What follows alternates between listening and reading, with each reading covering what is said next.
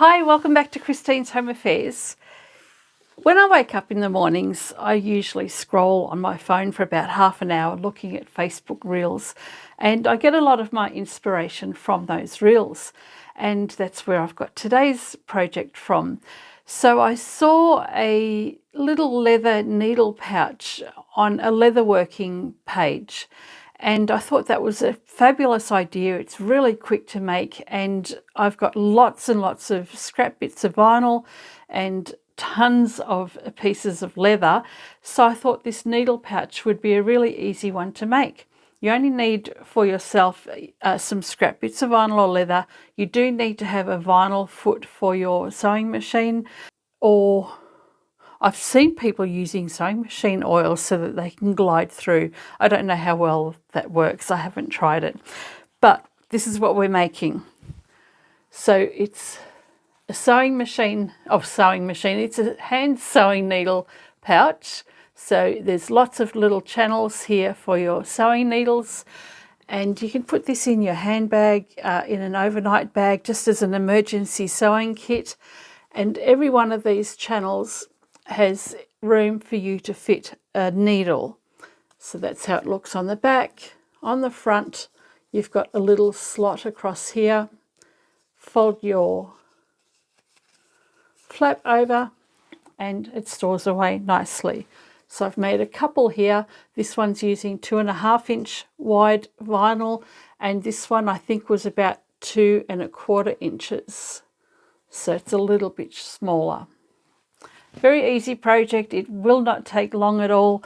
I'm going to show you this stitch I've got on my machine that I've never used before, and you'll be able to use something similar on one of your domestic home sewing machines as well. Let's get to it. Okay, here's what we need today. Just that. So I have a piece of vinyl here. You can equally use leather or even PVC, I guess. I think I might give it a go too. So this one is 2.5 inches wide by 7 inches long. This one here is 2.5 inches wide by 5/8 of an inch. So you can go 18 centimetres by 6.5 centimetres for that one, or 1.5 centimetres by 6.5, I think. Yes. All right, we want one strip of leather or vinyl, and then we want a small scrap of leather or vinyl. We want a piece of paper that is the same width as this piece, and you want something to mark a circle. This circle is about 1.25 inches in width, or across there. So it really doesn't matter what size, but this is just to give you an idea of how to draw the curve that we need at the top of our little pouch. So rather than marking straight onto our fabric, we're going to mark onto a piece of paper that is the same width. So what we're going to do is fold this in half.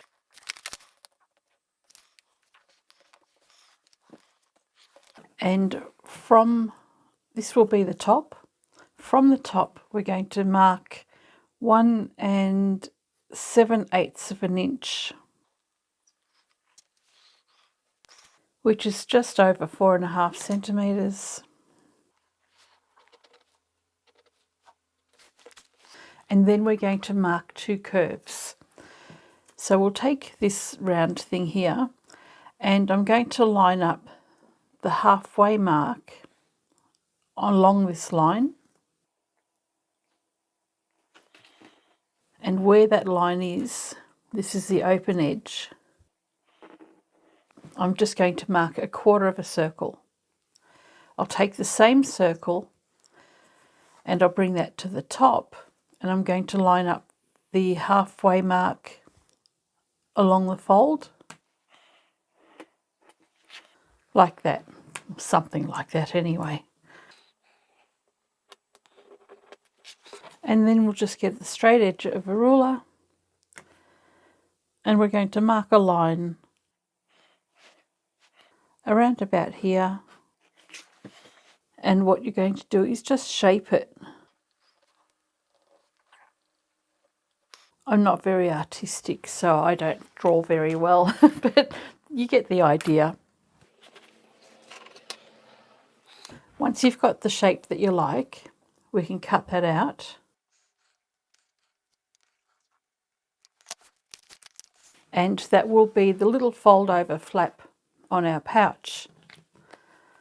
So what will happen is this will fold up, this will fold down, that will sit across there, but you need this little flap to fit inside,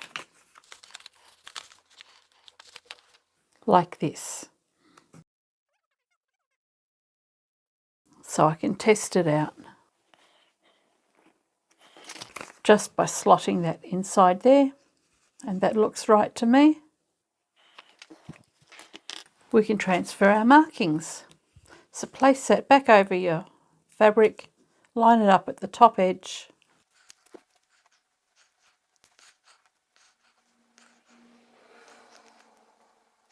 and if you want to make lots of these, you can transfer this onto a piece of template plastic or card and use that as your template.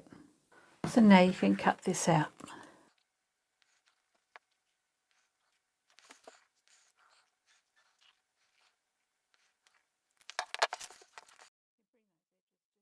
Bring the edges together and clip it just to see that everything lines up properly.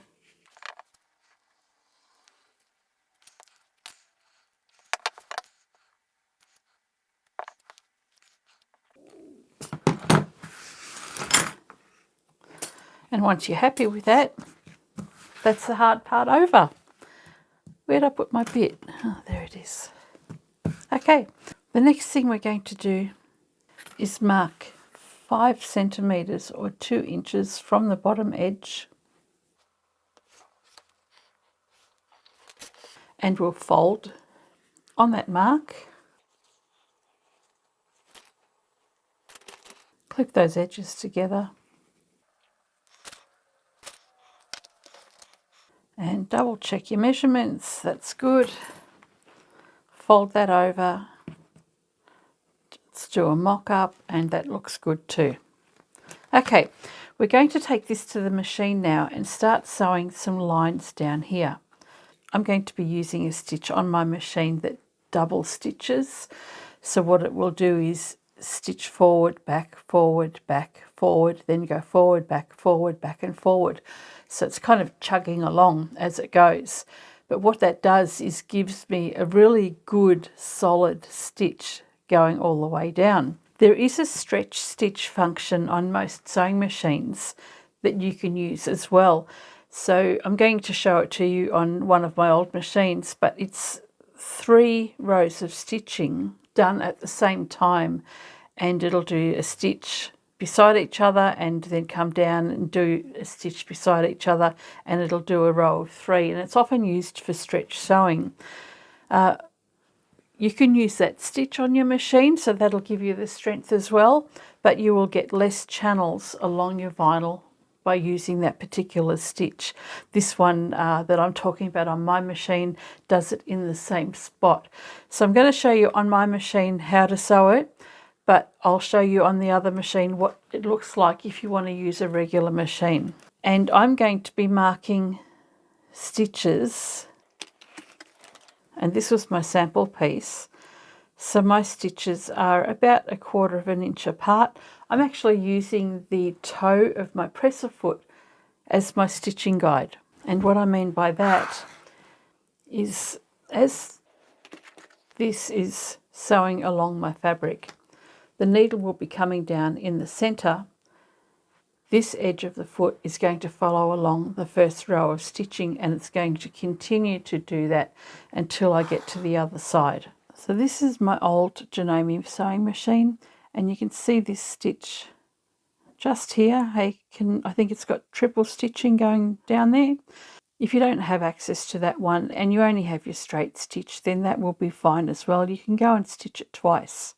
So to start, I mentioned before that we're going to use the edge of our presser foot as our stitching guide. For the very first stitch or first row, you're going to go, say, halfway between. So we're only going to have a really narrow seam right along the very edge. It won't be 1/4 of an inch. It might be 1/8 of an inch or 2 or 3 millimeters, just enough so that you can actually close up the side. And my needle starting position is right at the very top edge of this fold. So for the first row of stitching, I'm just doing a very narrow stitch or seam, and then the next row and every row after that, I'm going to be using the edge of my foot as my stitching guide along the previous row of stitches that I've done.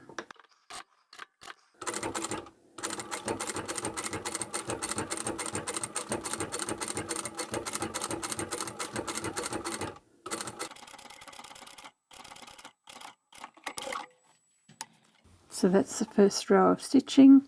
Now my foot is going right along that row, and I'll sew my next line of stitches beside that. I'll line the needle up in the same position each time. That way the holes in the stitching will hopefully be even.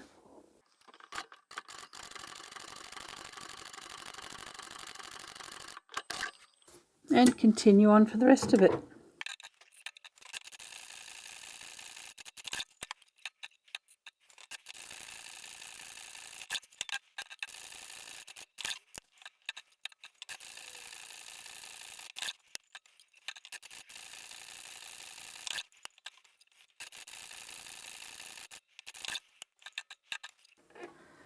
And when you get to the last row, you can use the toe of your foot as your measuring guide, but if you get a little bit closer, that's fine if it ends up like this on the other end.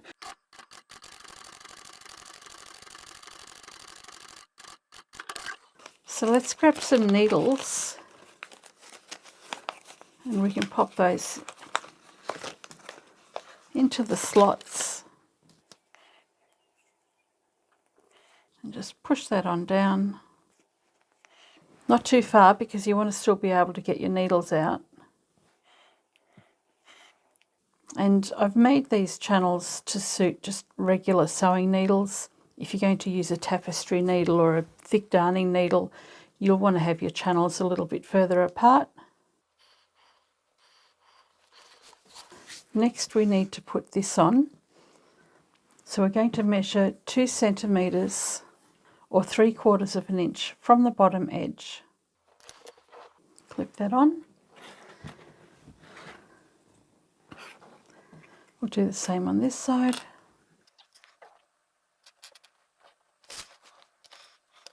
And just double check that's right. So 2 centimeters or 3/4 of an inch. And then we're going to stitch on the end of that little strip, but you're going to sew over the stitching line that you've got on the outside edges. Then that will be able to slide underneath and close up your needle pouch. So let's go and stitch those. So I'm going to put my needle down into the hole that I've already got on here, and what I will do as well is just line this strip up with the hole rather than at exactly 2 centimeters. That way I don't have to go all the way to the top.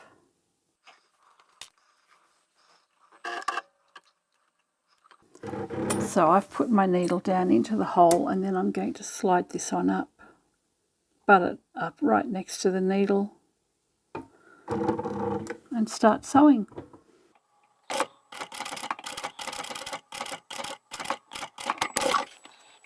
Then that carries on the stitching without there being an obvious break. And on the other side I'll do the same. So I'm just going to line this flap up with the hole in the stitching. Put my needle down first. Push that flap up and sew.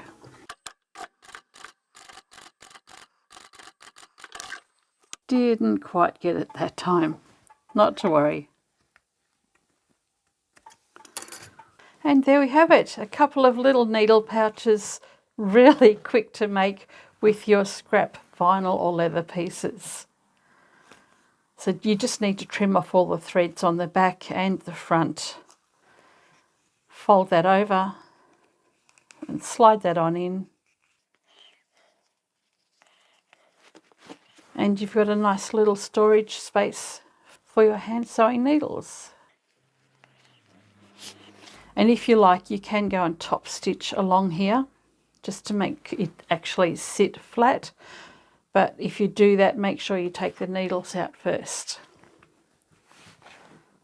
Nifty, isn't it? Very handy to store in your bag or in your purse. Did I promise you an easy project or not? I think this is a really cute one. It's going to fit perfectly in my carry bag, just, you know, my shoulder bag that I take with me every day. You never know when there's going to be a time when you've got to whip out a needle and thread and quickly repair something. So I think this is going to be great to have in my bag. I might actually take this in my overnight bag as well. We're going away for the weekend, and if I have any wardrobe malfunctions, I can fix them. I'm not going to sell these in the shop. Well, I probably could. I'd have to do a time trial and see. It's the cutting out of the curve at the top, but I could do that on my Locklick craft cutting machine. That would be easy enough to do, and then the machine can cut out the whole piece and the little strip, and then all I have to do is sew. I'll think on that. If I do sell it in the shop, it'd probably be about $5 or $10 each. Anyway, I hope you've enjoyed this video, and I shall catch you next time. Bye for now.